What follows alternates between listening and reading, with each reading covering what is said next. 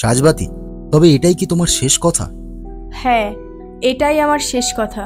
আজ থেকে তোমার রাস্তা আলাদা আর আমার রাস্তা আলাদা।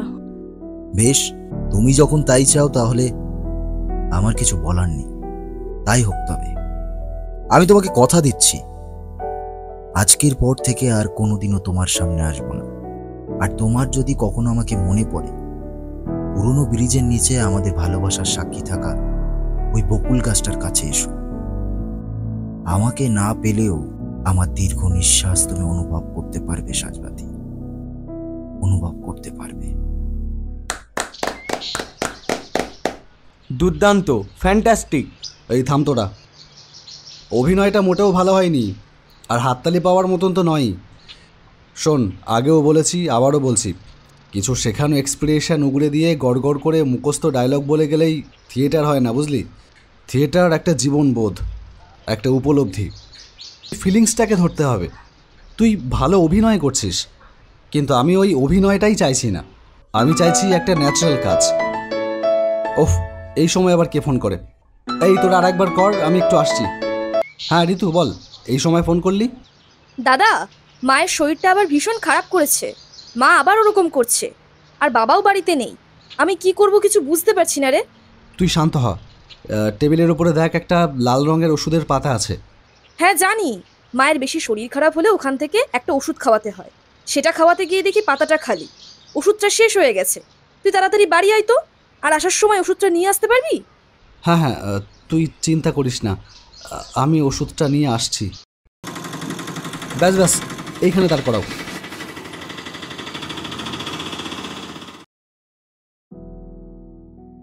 ও, তুই এসে গেছিস?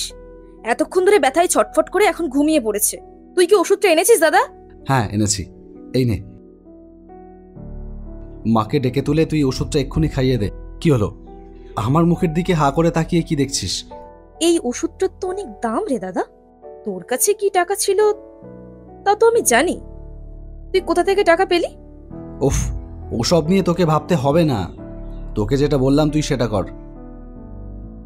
ও মা, মা ওঠো, ওষুধটা খেয়ে নাও মা। রণদা? হ্যাঁ হ্যাঁ, বলো সাজবাতি। তোমাকে এমন চিন্তিত দেখাচ্ছে কেন? কিছু হয়েছে? মায়ের শরীরটা ভীষণ খারাপ সাজবাতি, একটা ওষুধ এখনই কিনতে হবে, অথচ আমার কাছে। থাক, আর বলতে হবে না। এই নাও, এটা রাখো, আশা করি এতে হয়ে যাবে। তোমার কাছ থেকে আর কতবার টাকা নেব সাজবাতি? আমার ভীষণ লজ্জা করে। বাহ, এ তো দারুণ কথা বললে। এই কথা শোনার জন্যই কি এতগুলো দিন একসঙ্গে রয়েছি। তোমার খারাপ সময়ে যদি আমি পাশে না থাকি তাহলে কে থাকবে? আর উনি কি শুধু তোমার একার মা? আমার মা নন? সাজবাতি, আর একটাও কথা বলো না, তাড়াতাড়ি ওষুধটা কিনে বাড়ি যাও। কি রে? হ্যাঁ, কি ভাবছিস সাকরে? কখন থেকে ডাকছি, ওষুধ খাওয়ানো হয়ে গেছে। এবার যা, হাত মুখ ধুয়ে নে, আমি জল খাবার দিচ্ছি। রণজয়, বাড়িতে আছো নাকি? রণজয়? ওই ওই আবার এসেছে। কি বলবি দাদা? দেখছি দাঁড়া। কি ব্যাপার? কাল যে বললে আজ সকালে এসে টাকাটা দিয়ে যাবে, তা কি হলো বাবা? কাকা, টিউশনির মাইনেটা আজকে পাওয়ার কথা ছিল, সেটা পাইনি। কালকে পেয়ে যাব। আমি টাকাটা পেয়ে গেলেই আপনার দোকানে গিয়ে দিয়ে আসবো। আপনাকে আর কষ্ট করে প্রতিদিন বাড়ি আসতে হবে না। বাড়ি আসে কি সাধে? অতগুলো টাকা বাকি বাঁধিয়ে বসে আছো, আবার বাড়ি আসতেও বারণ করছো। শোনো, কালকের মধ্যে টাকা শোধ না করলে আমি কিন্তু কাল থেকে আর মাল দেবো নাই বলে রাখলাম। ঠিক আছে, দেবেন না। বয়স তো কম হলো না, পড়াশোনা শিখেছো, তা বলি কি, ওসব নাটক ফাটক বাদ দিয়ে এবার একটা ভালো কাজ করো না। ওসব করে কি আর এখন পেটের ভাত জোটে? তাই করতে হবে কাকা, তাছাড়া আর কোনো উপায় নেই মনে হচ্ছে। কি বললে তুমি? থিয়েটার ছেড়ে দেবে? এছাড়া আর কোনো উপায় নেই সাজবাতি। চারিদিকে ধার দে না, কাল কি খাবো তাই জানি না। খালি পেটে থিয়েটার হয় না সাজবাতি। আর তোমার কাছ থেকেও আমি আর কোনো টাকা পয়সা নিতে পারবো না। বেশ, তবে ভেঙে দাও গ্রুপ, তবে ভেঙে দাও দল। এত বছর ধরে আমাদের একসঙ্গে দেখার স্বপ্নগুলো সব ভেঙে চুরমার হয়ে যাক। না, গ্রুপ কেন ভাঙবো? এতগুলো ছেলে মেয়ে, তারা এত ভালো অভিনয় করে, তাদের সামনে একটা ভালো ভবিষ্যৎ আছে, তারা তাদের মতন কাজ করুক, গ্রুপটা চলুক। শুধু আমাকে বেরিয়ে যেতে হচ্ছে, কারণ আমাকে এখনই কোনো কাজের ব্যবস্থা করতে হবে সাজবাতি, না হলে আমার পরিবারটা ভেসে যাবে। আমিও কিন্তু নিজেকে ওই পরিবারের একজন মনে করি, সেই জন্যই বলছি নাটকটা তুমি ছেড়ো না রণদা। কেউ জানুক বা না জানুক, আমি জানি তুমি কতটা যোগ্য, আর আমি বিশ্বাস করি এই থিয়েটারের হাত ধরেই তুমি একদিন চরম সাফল্যের মুখ দেখবে। সাজবাতি, সব কাজ সবার জন্য নয় রণদা, তুমি জন্মেছ অভিনয় করার জন্য, তাই তোমাকে প্রমাণ করতেই হবে যে যোগ্যতা আর ইচ্ছে শক্তি থাকলেই মাটিতে পা রেখেও ছুঁয়ে ফেলা যায় আকাশ, অসীম সম্ভাবনাময় অনন্ত ওই আকাশ। সাজবাতি,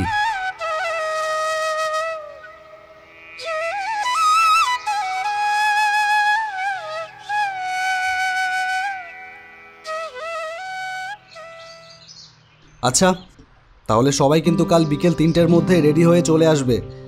মনে থাকে যেন 3:30টায় গাড়ি ছাড়বে। আমাদের স্টেজ কিন্তু সন্ধ্যা 6টায়, যেতে অনেকটা সময় লাগবে, তাই একটু আগেই বেরিয়ে পড়বো। কি ঠিক আছে তো?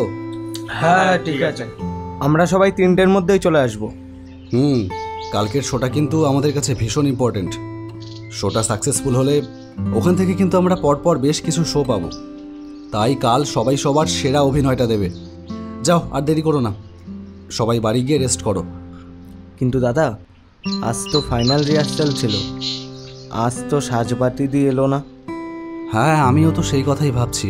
আমি ফোন করেছিলাম, কিন্তু ফোনটা সুইচ অফ। ও তোদের সাজবাতি দিকে নিয়ে চিন্তা করতে হবে না, ও সিরিয়াস মেয়ে, ও ঝোলাবে না। যা বাড়ি যা, কাল বিকেলে দেখা হচ্ছে। না, ফোনটা তো এখনও সুইচ অফ। আমি কিন্তু এই ভয়টাই পেয়েছিলাম, সাজবাতি দি কোনো দিন রিহার্সাল মিস করে না, অথচ কাল ফাইনাল রিহার্সালের দিন এলো না। আমার তখনই মনে হয়েছিল কিছু একটা গড়বড় আছে। এখনই গাড়ি না ছাড়লে টাইমে পৌঁছাতে পারবো না তো। আরে তুই থাম, সাজবাতি দি না আসলে শোটা কি করে হবে ভেবে দেখেছিস? কিন্তু আর তো সময় নেই, তাহলে কি করবে? কি করব, শোটা ক্যান্সেল করা ছাড়া আর তো কোনো উপায় নেই।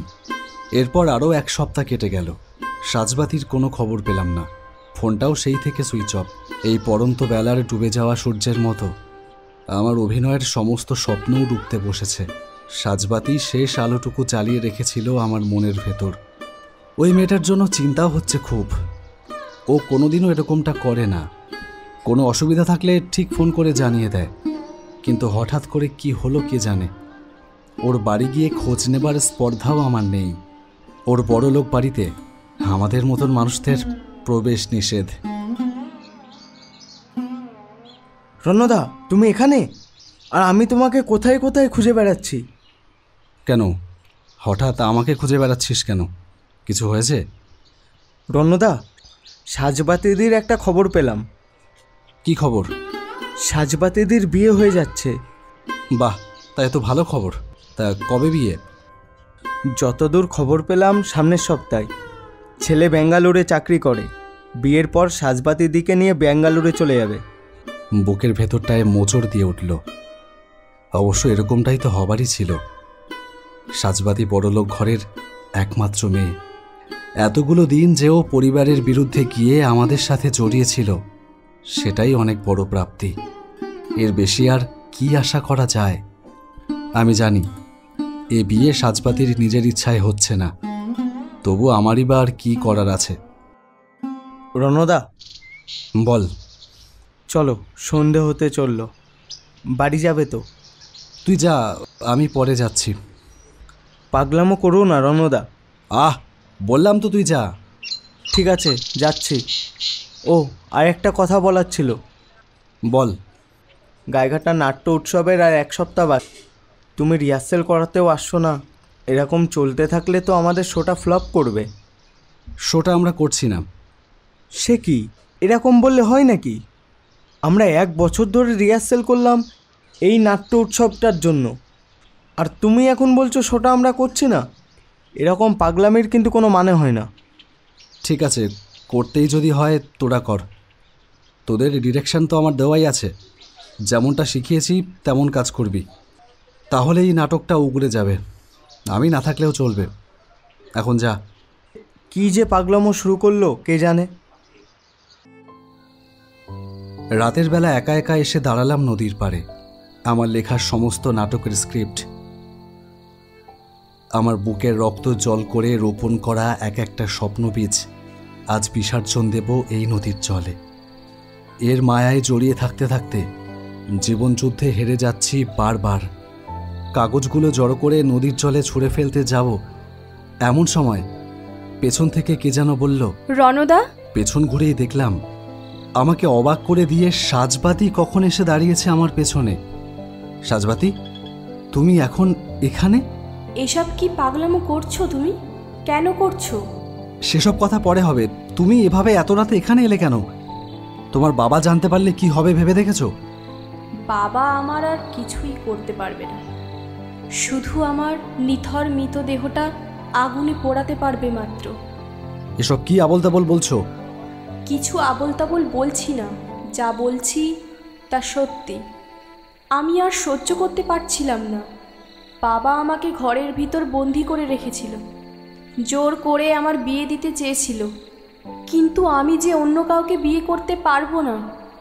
আমার জীবনে দুটো ভালোবাসা ছিল, আমার থিয়েটার আর সেই দুটোই যখন আমার কাছ থেকে কেড়ে নেওয়া হলো, তাহলে আমি আর কি নিয়ে বাঁচবো বলতে পারো? তাই আজ সন্ধেবেলা ঘরের সিলিং ফ্যান থেকে ঝুলে পড়লাম।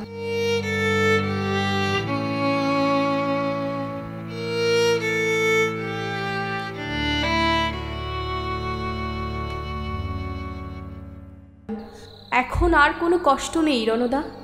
আর তুমি ভাবলে কি করে আমি তোমাকে নাটক বন্ধ করতে দেব? তোমাকে আমি আগেও বলেছি, আবারও বলছি, তুমি জন্মেছ অভিনয় করার জন্য, তুমি শুধু সেটাই করবে। কিন্তু তোমাকে ছাড়া আমি কি করে পারবো সাজবাতি? তুমি চলে গেলে, আমাকে যে পঙ্গু করে দিয়ে গেলে, সেটা একবারও ভেবে দেখলে না? আমি আছি রণদা, আমি সব সময় তোমাদের সাথে আছি। আমাকে হয়তো ছুঁতে পারবে না, কিন্তু অনুভব করতে পারবে। কাল থেকে তুমি আবার রিহার্সাল করাতে যাবে, আবার শো করবে। মনে নেই? তুমি তো আমাদের শিখিয়েছিলে নাটক জীবন হোক, কিন্তু জীবন যেন নাটক না হয়। সাজবাতি, আজ চলি। আমার কথাগুলো মনে রেখো রণদা, ভালো থেকো। এক পশলা ঝোড়ো হাওয়ার মতো মিলিয়ে গেল সাজবাতি। সাজবাতি আর নেই। এই যন্ত্রণার পারদ আমি কোথায় ঢালবো? আমি কাঁদতে পারি না কোনোদিনই। আজ নদীর জলে আমার অধরা স্বপ্নগুলোকে ভাসিয়ে দিতে এসেছিলাম, কিন্তু তুমি আমাকে আরও একবার শিখিয়ে দিয়ে গেলে স্বপ্নকে ভেসে যেতে দিতে হয় না, বরং তাকে আঁকড়ে ধরে থাকতে হয়। আমি তোমাকে কথা দিচ্ছি সাজবাতি, বাকিটা জীবন আমি তোমার দেখা স্বপ্ন আর তোমার না থাকার শূন্যতাকে আঁকড়ে ধরে বাঁচব, ছেড়ে দেব না।